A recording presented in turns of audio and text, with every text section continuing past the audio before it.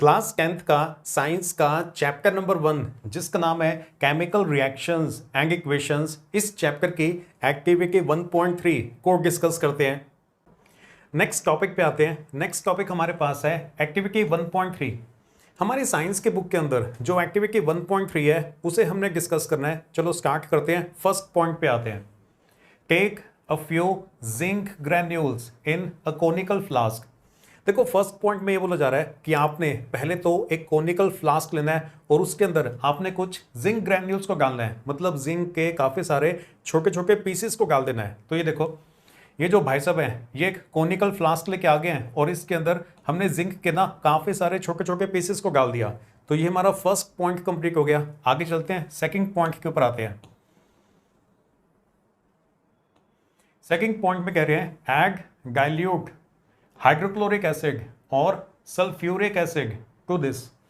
तो अब आपने ना ये वाला जो कोनिकल फ्लास्क है इसके अंदर या तो आप डाइल्यूट हाइड्रोक्लोरिक एसिड को डालो या फिर डाइल्यूट सल्फ्यूरिक एसिड को डालो। देखो, जो हाइड्रोक्लोरिक एसिड है ना वो काफ़ी ज़्यादा डेंजरस एसिड है क्योंकि ये बहुत ज़्यादा स्ट्रॉन्ग एसिड है। जो सल्फ्यूरिक एसिड है ये भी बहुत ज़्यादा डेंजरस होता है। तो इसलिए हम कॉन्सेंट्रेटेड हाइड्रोक्लोरिक एसिड को नहीं बल्कि डाइल्यूट हाइड्रोक्लोरिक एसिड को यूज़ करेंगे। डाइल्यूट हाइड्रोक्लोरिक एसिड का मतलब है कि जो बॉटल है ना उसके अंदर लार्ज क्वांटिटी में तो वाटर ही प्रेजेंट है। वाटर के अंदर बस स्मॉल क्वांटिटी के अंदर हाइड्रोक्लोरिक एसिड को मिक्स कर दिया तो जो सॉल्यूशन बनेगा ना उसे बोलते हैं डाइल्यूट हाइड्रोक्लोरिक एसिड। जैसे कि आपके स्कूल के अंदर क्लास 10th के लेवल के ऊपर आपके जो स्कूल की केमिस्ट्री लैब होगी ना उसके अंदर जो डाइल्यूट हाइड्रोक्लोरिक एसिड वाली बॉटल होगी तो उसके अंदर 1, 2 या 3% ही एक्चुअल एसिड होगा, बाकी उसके अंदर वाटर ही प्रेजेंट है। क्लियर हो गया? तो वैसे ही जो डाइल्यूट सल्फ्यूरिक एसिड है तो उसके अंदर सिर्फ अप्रॉक्सीमेटली 3% के आसपास उसके अंदर सल्फ्यूरिक एसिड होगा, बाकी सारा उसके अंदर पानी होगा। क्योंकि जो एक्चुअल एसिड्स होते हैं ना वो बहुत ज़्यादा डेंजरस होते हैं। एसिड की जो एक ड्रॉप है वो भी अगर स्किन के ऊपर गिर जाए ना तो काफ़ी ज़्यादा बर्निंग सेंसेशन प्रोड्यूस होती है और काफ़ी ज़्यादा डैमेज कर सकती है वो। तो इसलिए एक्सपेरिमेंट हम डाइल्यूट हाइड्रोक्लोरिक एसिड या फिर डाइल्यूट सल्फ्यूरिक एसिड के साथ करेंगे। तो अब यहाँ पे देखो, जो पहले वाले भाई साहब हैं वो ये कोनिकल फ्लास्क लेके आए थे, इसके अंदर जिंक के काफ़ी सारे पीसेस को डाल दिया था। अब जो दूसरे भाई साहब हैं वो डाइल्यूट हाइड्रोक्लोरिक एसिड को लेके आ गए हैं। अब यहाँ पे हाइड्रोक्लोरिक एसिड यहाँ पे जिंक के पीसेस के अंदर डाला जा रहा है। क्लियर हुआ? आगे चले नेक्स्ट पॉइंट पे। अब थर्ड पॉइंट में कह रहे हैं do you observe anything happening around the zinc granules, कि ये जो जिंक के छोटे छोटे पीसेस है ना क्या उनके आसपास कुछ हो रहा है? Do you observe anything happening around the zinc granules, zinc के पीसेस के आसपास क्या कुछ हो रहा है? तो हाँ जी, सारा कुछ जो होगा वो जिंक के पीसेस के आसपास ही होगा। देखो, जो जिंक है ना वो हाइड्रोक्लोरिक एसिड के साथ जब रिएक्ट करेगा तो रिएक्शन की वजह से हाइड्रोजन गैस जनरेट होगी। किसी भी मेटल को किसी भी एसिड के साथ अगर आप रिएक्ट करवाओगे ना तो हमेशा हाइड्रोजन गैस ही जनरेट होती है। तो जिंक को हाइड्रोक्लोरिक एसिड के साथ रिएक्ट करवाएंगे, हाइड्रोजन गैस पैदा होगी। जिंक को अगर सल्फ्यूरिक एसिड के साथ रिएक्ट करवाओगे तब भी हाइड्रोजन गैस ही पैदा होगी। तो ये जो जिंक है ना, जिंक के जो छोटे छोटे पीसेस हैं इसकी जो आउटर लेयर है, जिंक के पीसेस की जो आउटर बाउंड्री है ना वहां पे अगर आप ध्यान से ऑब्जर्व करोगे तो आपको ना बुलबुले उठते हुए नजर आएंगे, क्योंकि वहां पे जिंक और हाइड्रोक्लोरिक एसिड आपस में रिएक्ट कर रही है। रिएक्शन की वजह से हाइड्रोजन गैस जनरेट हो रही है तो आपको ना बबल्स की फॉर्म के अंदर ऐसे हाइड्रोजन गैस पैदा होती हुई नजर आएगी। मतलब आपको बबल्स काफी सारे नजर आएंगे, वो जो गैस पैदा हो रही है वो हाइड्रोजन गैस है। क्लियर हो गया? जिंक के पीस की जो आउटर लेयर है पहले वो रिएक्ट करेगी, फिर जब आउटर लेयर उतर जाएगी तो उसके नीचे वाली जो जिंक की लेयर है वो रिएक्ट करेगी। तो लेयर बाय लेयर रिएक्शन होती है, तभी ये जिंक के पीसेस की जो आउटर लेयर है ना वहां से रिएक्शन स्टार्ट होगी। क्लियर हुआ? तो इसके अंदर आप ऐसे लिखोगे इसके एक्सप्लेनेशन में, we will observe that from the surface of zinc, फ्रॉम द surface of zinc a gas is evolved very briskly। Zinc के पीसेस के जो सरफेस है वहां पे रिएक्शन हो रही है, वहां पे हम देखेंगे कि काफी सारे ना बुलबुले उठ रहे हैं और काफी तेजी से उठ रहे हैं। अ गैस इज इवॉल्व, इसका मतलब है कि गैस पैदा हो रही है, और वेरी ब्रिस्कली का मतलब है कि काफी ज्यादा तेजी से गैस पैदा हो रही है, और जो गैस पैदा हो रही है वो हाइड्रोजन गैस है। क्लियर हो गया? नेक्स्ट फोर्थ पॉइंट के ऊपर आते हैं। Touch the conical flask is there any change in its temperature. कह रहे हैं कि जो कॉनिकल फ्लास्क है ना उसे टच करो और उसके बाद देखो कि क्या उसके टेम्परेचर के अंदर कोई चेंज आया है। तो ये कॉनिकल फ्लास्क है जिसमें जिंक के पीसेज हैं और इसके अंदर हाइड्रोक्लोरिक एसिड को भी डाला हुआ है। तो यहाँ पे रिएक्शन चल रही है और ये जिंक और हाइड्रोक्लोरिक एसिड जब आपस में रिएक्ट करते हैं ना तो ये वाली रिएक्शन काफ़ी ज़्यादा एक्सोथर्मिक रिएक्शन है। एक्सोथर्मिक रिएक्शंस वो होती हैं जिनके अंदर हीट जनरेट होती है। हीट जनरेट होने की वजह से जो फ्लास्क है वो काफ़ी ज़्यादा गर्म हो जाएगा। जिस भी कंटेनर के अंदर रिएक्शन हो रही होगी ना वो वाला कंटेनर काफ़ी ज़्यादा गर्म हो जाएगा। तो इतने गर्म कंटेनर को टच नहीं करना चाहिए था, लेकिन यहाँ पे लिखा हुआ था ना टच द कॉनिकल फ्लास्क। तो ये भाई साहब आए फटाफट से, इन्होंने कॉनिकल फ्लास्क को टच कर लिया। अब जो फ्लास्क है उसके अंदर एक एक्सोथर्मिक रिएक्शन हो रही है। एक्सोथर्मिक रिएक्शंस में हीट जनरेट होती है जिसकी वजह से जो फ्लास्क है वो काफ़ी ज़्यादा गर्म हो चुका है। तो भाई साहब ने गरम गरम फ्लास्क को टच कर लिया तो इनकी जो स्किन है अब उसके ऊपर बर्निंग सेंसेशन फील हो रही है। तो फिर ये भाई साहब फटाफट से अपनी कार में बैठ के पास वाली नहर तक जाते हैं और नहर के खंगे खंगे पानी के अंदर अपने हाथ को डुबोते हैं, फिर इनको थोड़ा सा आराम मिलता है। वैसे केमिस्ट्री लैब के अंदर जो कैप होता है उसको भी यूज़ कर सकते थे, पर भाई साहब का मन किया यहाँ पे जाने का तो ये यहाँ पे चले गए। खैर आपको पॉइंट क्लियर हो गया ना। जिंक और हाइड्रोक्लोरिक एसिड आपस में रिएक्ट करेंगे तो कौन सी गैस जनरेट होगी? हाइड्रोजन गैस जनरेट होगी। ये वाली जो रिएक्शन है ये एक्सोथर्मिक रिएक्शन है। एक्सोथर्मिक रिएक्शंस वो होती हैं जिनके अंदर हीट जनरेट होती है जिसकी वजह से जो टेम्परेचर है ना, कंटेनर का जो टेम्परेचर है, फ्लास्क का जो टेम्परेचर है वो इंक्रीज हो जाएगा। तो इसके आंसर के अंदर आप ऐसे लिखोगे, if we touch the flask it is found to be hot.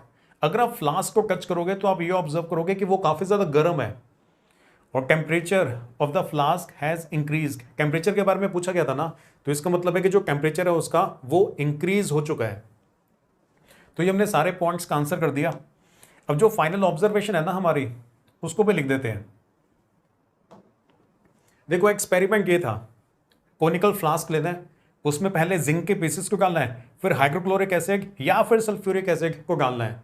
तो हाइड्रोक्लोरिक एसिड के साथ क्या रिएक्शन होगी मैं वो भी आपको एक्सप्लेन कर देता हूँ, और जिंक की सल्फ्यूरिक एसिड के साथ क्या रिएक्शन होगी उसको भी एक्सप्लेन कर देता हूँ। तो पहले हाइड्रोक्लोरिक एसिड के हिसाब से देखते हैं। हाइड्रोक्लोरिक एसिड के हिसाब से ये होगा, जो जिंक है ना, जिंक को जब आप हाइड्रोक्लोरिक एसिड के साथ रिएक्ट करवाओगे तो ऐसा करने से जिंक क्लोराइड बनेगा और साथ में हाइड्रोजन गैस पैदा होगी। तो ये वाली रिएक्शन आपको याद होनी चाहिए। जो जिंक है वो सॉलिड फॉर्म के अंदर है, छोटे छोटे सॉलिड पीसेस थे जिंक के। जो हाइड्रोक्लोरिक एसिड है उसका हमने एक्वस सॉल्यूशन लिया है, मतलब हाइड्रोक्लोरिक एसिड को पानी के अंदर डिसॉल्व करके उसका डाइल्यूट हाइड्रोक्लोरिक एसिड बनाया था। वाटर के अंदर डिसॉल्व फॉर्म के अंदर हमारे पास हाइड्रोक्लोरिक एसिड प्रेजेंट था। अब रिएक्शन के बाद क्या होगा, जो सॉल्यूशन बनेगा ना वो जिंक क्लोराइड का होगा। मतलब जब ये जिंक के सारे पीसेस खत्म हो चुके होंगे, मतलब पूरी रिएक्शन हो चुकी होगी ना, तब यहाँ पे फ्लास्क के अंदर आपके पास जिंक क्लोराइड होगा। जिंक क्लोराइड एक्वस सॉल्यूशन की फॉर्म के अंदर होगा और साथ में हाइड्रोजन गैस पैदा हुई थी। जो हाइड्रोजन गैस यहाँ पे जनरेट हो रही है ना, हाइड्रोजन गैस को अगर आप चाहो तो कैप्चर भी कर सकते हो, उसके बाद टेस्ट भी कर सकते हो कि ये जो गैस जनरेट हुई है ये हाइड्रोजन है कि नहीं। Hydrogen Burns with a popping sound. Hydrogen gas को अगर हम इस एक्सपेरिमेंट में कैप्चर कर लें और उसके बाद उसको अगर बर्न करेंगे ना तो hydrogen Burns with a popping sound. अगर पॉपिंग साउंड आ रही है बर्न करने पे तो इसका मतलब जरूर ये वाली जो गैस है वो हाइड्रोजन है। क्लियर हो गया आपको? ये नीचे कलर भी लिख दिया है। जो जिंक है ना वो सिल्वरी वाइट कलर का होता है। सिल्वर कलर आपको पता है ना, बस उसको थोड़ा सा वाइटिश बना दो। तो जिंक किस कलर का होता है? बाकी सब कुछ कलरलेस है।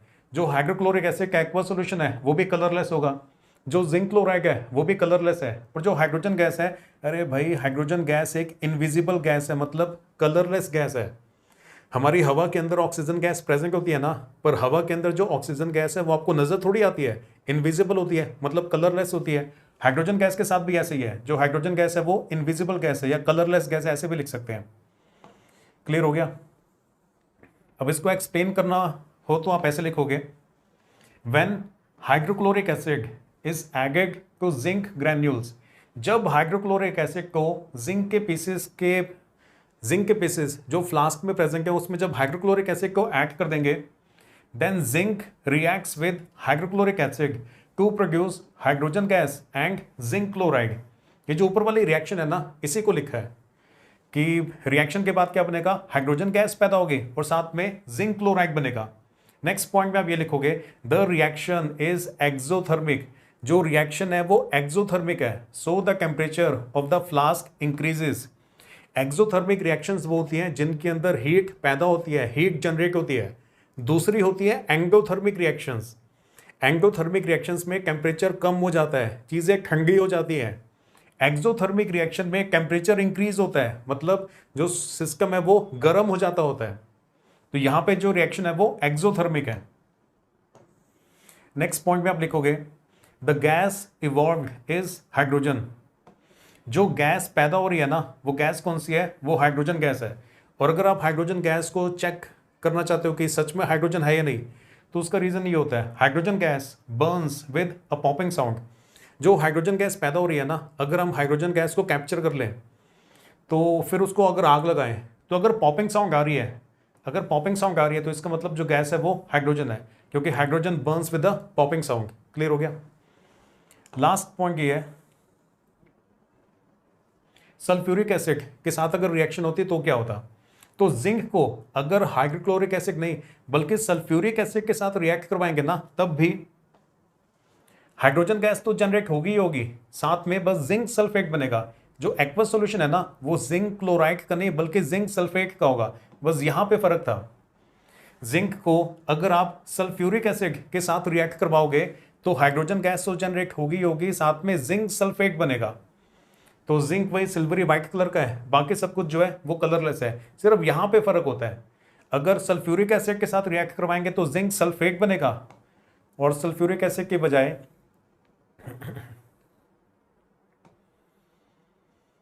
अगर हाइड्रोक्लोरिक एसिड के साथ रिएक्ट करवाएंगे तो जिंक क्लोराइड बनेगा। तो रिएक्शंस आपने ध्यान रखना है कि हाइड्रोक्लोरिक एसिड के साथ रिएक्ट हो रहा है या फिर सल्फ्यूरिक एसिड के साथ रिएक्ट हो रहा है।